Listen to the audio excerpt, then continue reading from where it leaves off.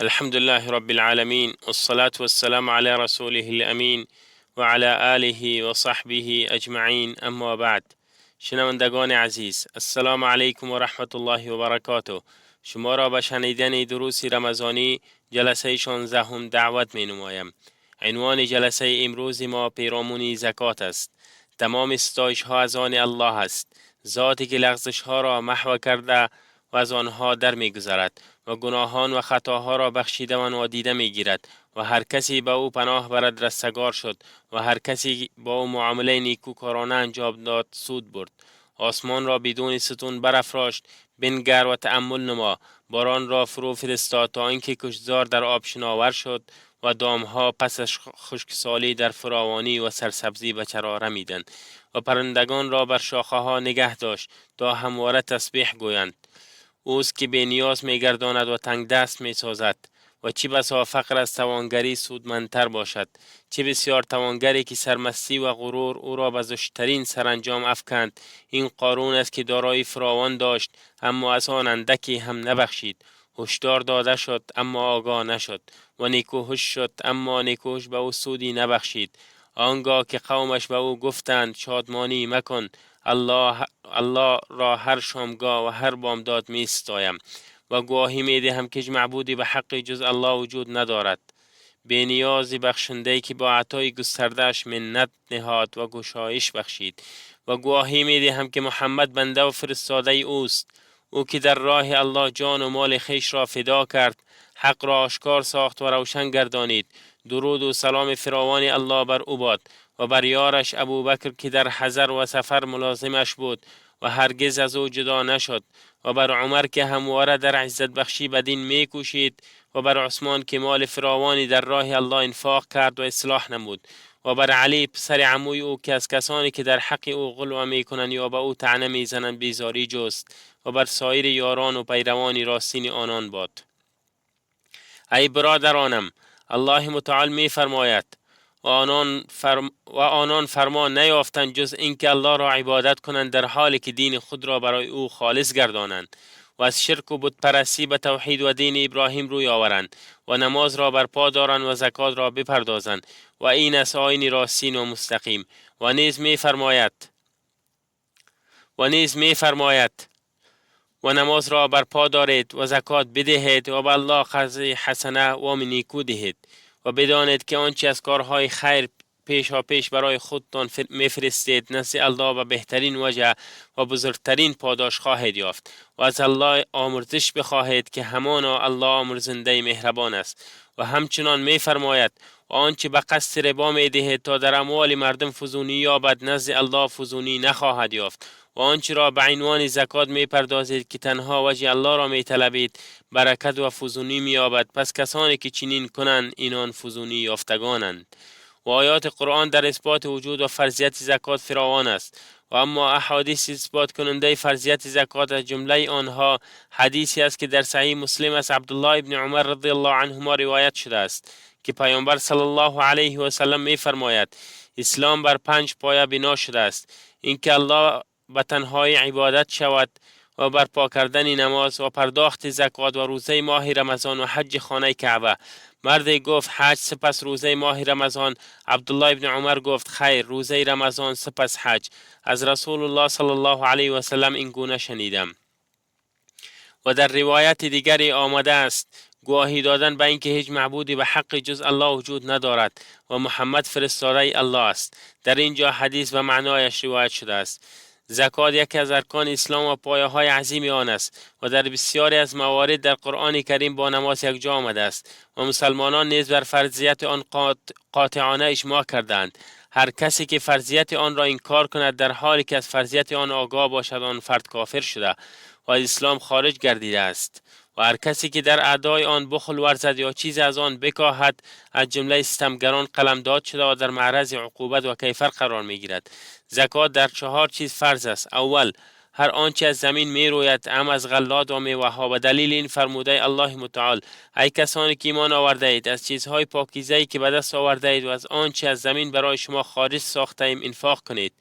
و نیز می فرماید و حق زکات آن را در روز دروی آن بپردازید و اسراف نکنید، بیگمان او اسراف کنندگان را دوست ندارد. و بزرگترین حقوق که بر اموال مترتب می شود زکات است. و پیامبر صلی الله علیه و سلم می فرماید زکات هر چی آنچه توسط باران آبیاری می شود یا در آبیاری آن دشواری وجود ندارد 1/10 است و آنچه با پاشی آبیاری می شود نصف 1/10 است. روایت امام بخاری. و زکات آن تا زمانی که به حد نصاب نرسد واجب نیست و حد نصاب آن 5 وسق است. به دلیل این فرموده پیامبر صلی الله علیه و سلم در هیچ دانه و میوه صدقه زکات واجب نیست تا آنگاه که به 5 وسق برسد. روایت امام مسلم. و هر وسق 60 ساع است به ساع پیامبر صلی الله علیه و سلم. بنابراین نصاب 300 ساع به ساع پیامبر صلی الله علیه و سلم می باشد. وزن هر ساع پیامبر صلی الله علیه و سلم از گندم مرغوب 2040 گرم است، یعنی 2 کیلو و 2 کیلو. پس وزن نصاب گندم مرغوب 612 کیلوگرم می شود و در کمتر از این مقدار زکات واجب نیست و مقدار زکات در آن 1/10 کامل است در آنچه بدون هزینه آبیاری می شود و نصف آن نصف 1/10 در آنچه با هزینه آبیاری می گردد. و زکات در میوه ها، سبزی ها، هندوانه و مانند آنها واجب نیست به دلیل این فرموده عمر رضی الله عنه در سبزی ها زکات نیست و این فرموده علی رضی الله عنه در سیب و مانند آن زکات نیست و چون اینها نه دانه اند و نه میوه که مشمول زکات شوند. اما اگر آنها را در برابر درهم بفروشد و 1 سال قمری بر بهای آن بگذرد زکات در بهای آن واجب می شود. دوم، دام که عبارتند از شتر، گاو، گوسفند، بره باشد یا بز، مشروط بر آنکه صائم باشد و برای شیر و زاد و ولد نگهداری شوند و به نصاب برسند و کمترین نصاب در شتر 5 رس، در گاو 30 رس و در گوسفند 40 رس است. و صائم آن است که تمام سال یا بیشتر سال از چراگاه ها رویده طبیعی بدون کشت انسان بچرد. پس اگر صائم نباشد زکات بر آن واجب نیست مگر آن که برای تجارت باشد و اگر برای کسب درآمد از راه خرید و فروش و داد ستد آماده شده باشد در این صورت کالای تجاری به شمار می آید و زکات تجارت بر آن واجب می شود، چه صائم باشه و چه دستی تغذیه شود، هرگاه خود به نصاب تجارت برسد یا با ضمیمه شدن به دیگر اموال تجاری او به نصاب برسد.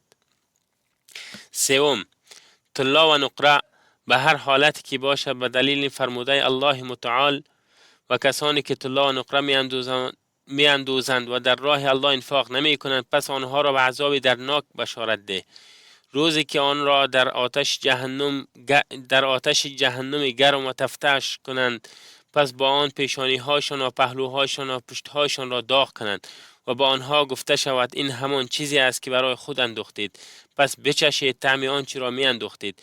و مقصود از اندوختن آنها صرف نکردن آنها در راه الله و بزرگترین نوع انفاق در راه الله انفاق آنها در زکات است.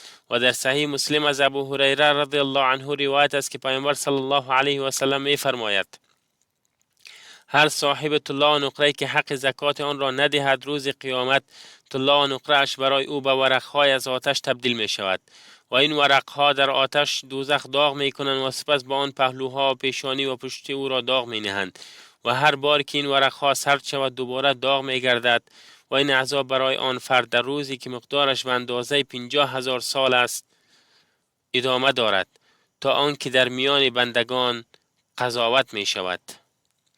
و مقصود از حق آنها زکات آنهاست، چنانچه روایت دوم آن را توضیح داده است.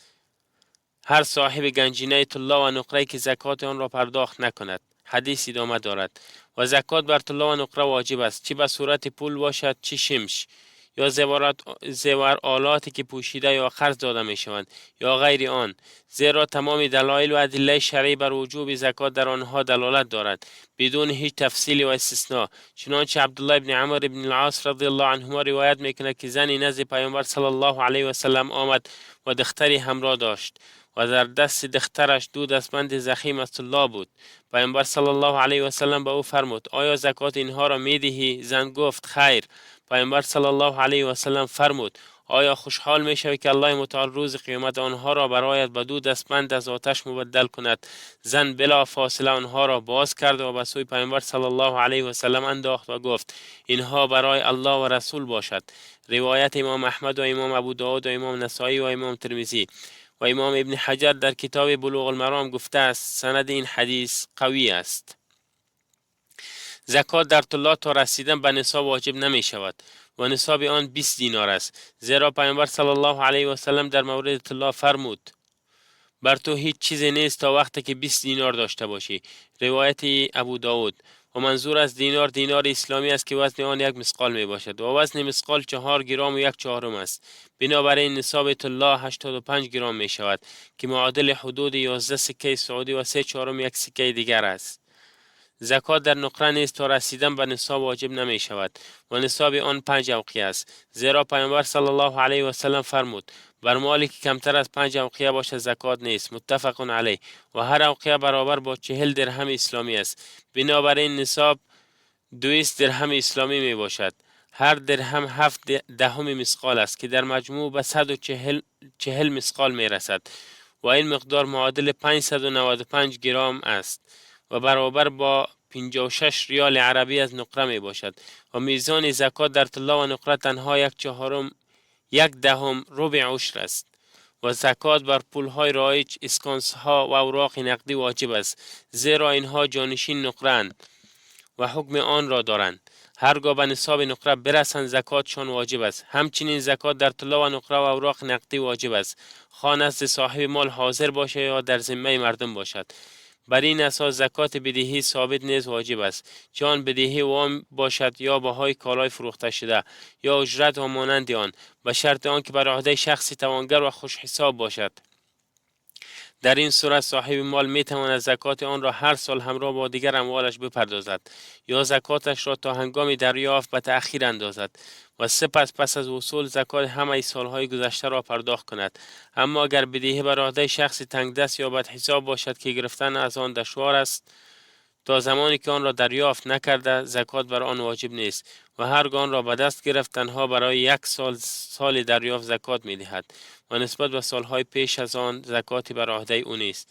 و در هیچ یک از سنگهای معدنی جز طلا و نقره زکات واجب نیست، هرچند از آن 2 گرانبهاتر باشد، مگر آن که برای تجارت باشند که در این صورت زکات آنها به عنوان زکات تجارت پرداخت می شود.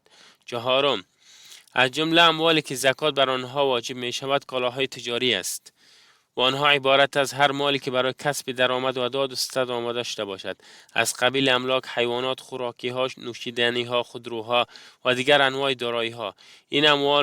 این اموال هر سال در پایان سال زکاتی بر اساس ارزش که در آن زمان دارند ارزیابی می شوند و ربع عشر 2.5% از ارزش آنها به عنوان زکات پرداخت می گردد، خواه ارزش فعلی آنها برابر با بهای خریدشان باشه یا کمتر و بیشتر از آن. و بر صاحبان خاروبار، فروشی ها و فروشندگان ابزارآلات و تجهیزات، قطعات یدکی، ماشین‌آلات و مانند آنها واجب است که همه اموال خود کوچک و بزرگ آن را به گونه دقیق و کامل شمارش کنند و زکاتشان را بپردازند و اگر این کار برایشان دشوار باشد باید جانب احتیاط را رعایت کنند و مقداری بپردازند که موجب براءت ذمه آنان گردد. زکات بر اموالی که برای اجاره آماده شده‌اند مانند املاک، خودروها و مانند آنها واجب نیست، بلکه زکات تنها بر درآمد اجاره واجب می شود، مشروط بر آن که این درآمد به صورت پول نقد باشد و 1 سال زکات بر آن بگذرد و به نصاب برسد، خواه به تنهایی یا به ضمیمه شدن با اموال همجنس دیگری که نزد صاحب مال است. ای برادرانم، زکات اموال خود را پرداخت کنید و با این عمل دل و جان خیش را آسوده سازید، زیرا پرداخت زکات غنیمت است، نه زیان، و سودی است که همراه با خسارت نیست. تمام اموال را که زکاتشان بر شما واجب است به دقت شمارش کنید و از الله متعال بخواهید که آنچه را به عنوان زکات پرداختید قبول فرماید و در آنچه نزد شما باقی مانده است برکت عنایت کند و تمام ستایش ها از آن پروردگار جهانیان است و درود و سلام الله بر پیامبر ما محمد و بر همه خاندان و یاران او باد. و السلام علیکم و رحمت الله و برکاته. منتظر حلقه بعدی باشید.